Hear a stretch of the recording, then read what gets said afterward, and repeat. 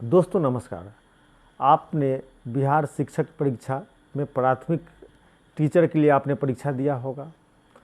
आपने दोनों पाली का अगर पेपर देखा होगा तो पेपर का जो लेवल है वो पीसीएस लेवल का है, बीपीएससी लेवल का क्वेश्चन है। बीपीएससी में भी पिछले वर्ष के क्वेश्चन के बराबर है। उससे पहले वाले जो पीसीएस को देखेंगे तो उससे ज़्यादा टफ है।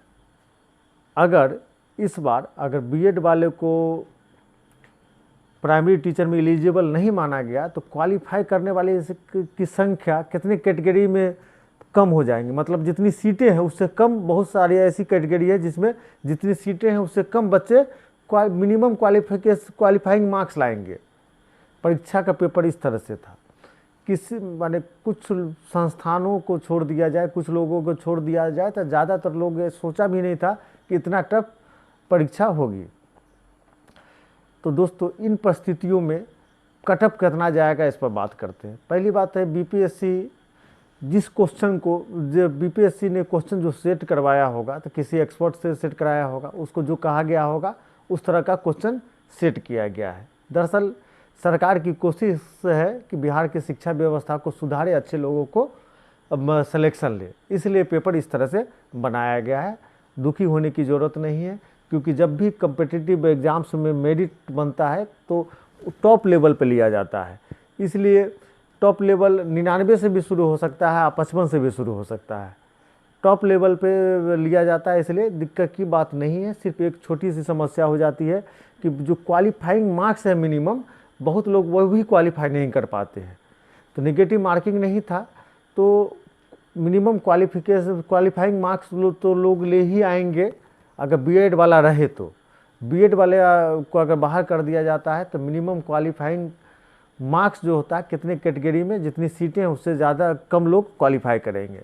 अगर ओवरऑल पेपर को देखते हैं, अब बीएड वाले और डीएलएड वाले को शामिल करके मेरिट बनाते हैं तो 65 से 70 बीएड वाले को अगर शामिल करके हम लोग मेरिट बनाते हैं तो हमको लगता है कि बीपीएससी में प्राइमरी टीचर के लिए जनरल पुरुष का जो कटअप जाएगा 65 से 70 जाएगा, अगर बीएड वाला डीएलएड वाला दोनों रहता है।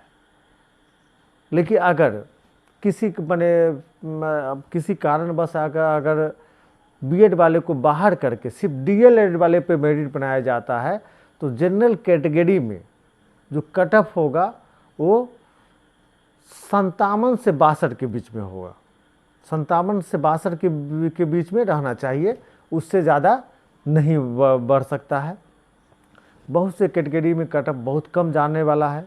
जनरल की बात बोल रहे हैं, अगर बीएड वाले को बाहर कर दिया जाता है तो 57 से 62 के बीच में कटअप जाएगा। और अगर बीएड वाले को शामिल किया करके मेरिट बनाई जाती है तो 65 से 70 कटअप होने की संभावना। इसलिए घबराइए नहीं, आप अपना क्वेश्चन को मिला लें, ऑथेंटिक स्रोतों से मिलाएं, विश्वसनीय स्रोतों से मिलाएं और नाउम्मीद न हो कि हमारा कम नंबर है, क्योंकि जितने भी छात्र मिले हैं ज़्यादातर छात्रों का नंबर बहुत कम है।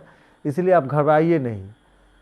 माने जो आपका हाल है दूसरा का हाल भी सेम ही है, कम आया है। और कम्पिटिटिव एग्ज़ाम्स में ऐसा नहीं ना होता है कि 60 पे पास है 70 पे पास है, टॉप से लेकर नीचे तक चुना जाता है। इसलिए घबराइए नहीं। अगर आप क्वालिफाई कर जाते हैं, खासकर महिला क्वालिफाई कर जाती है, कुछ नंबर एक्स्ट्रा ले आती है तो फाइट में रहेगी ही। और जनरल का कटअप जो है बीएड वाले को शामिल कर लिया जाए तो 65 से 70 जाएगा, और बीएड वाले को अलग कर लिया जाए तो 57 से 62 के बीच में रहेगा। कटअप 62 से ज़्यादा नहीं जाएगा, इससे कम भी रहने की संभावना है।